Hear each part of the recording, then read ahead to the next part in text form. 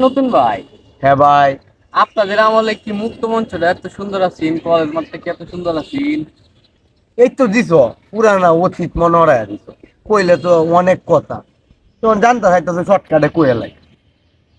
আমরা আমলে মনে হয় যে এটা মুক্ত মঞ্চ, এই আমলে মুক্ত মঞ্চটা আসিন না, হইছে না।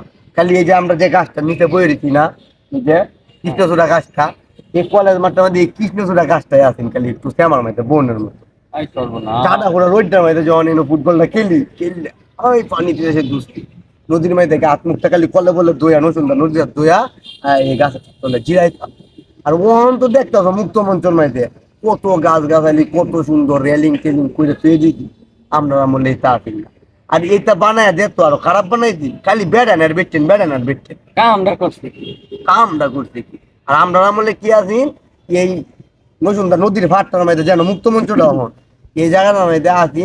কলেজে যত ইন্দা ডাস্টবিনে ময়লা টয়লা আছি সব এনে ভালাই। আর ইনো মানুষ টানুষ তেমন আইতো না বুঝছো।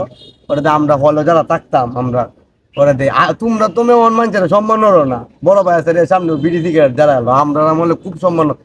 এই কোনার মধ্যে কলেজের এই মুখটার কোনার মধ্যে একটা দোয়ান আছে, বিড়ি সিগারেটটা বেশ। আর আমরা কিনতাম এমনি দোয়ানতে কিনে আয়া এই যে ময়লাটা ফালাইতো এনে তো গন্ধের লাগে মানুষ আইছে না, এনে বইয়া বিড়ি সিগারেট খাইতো বললাম।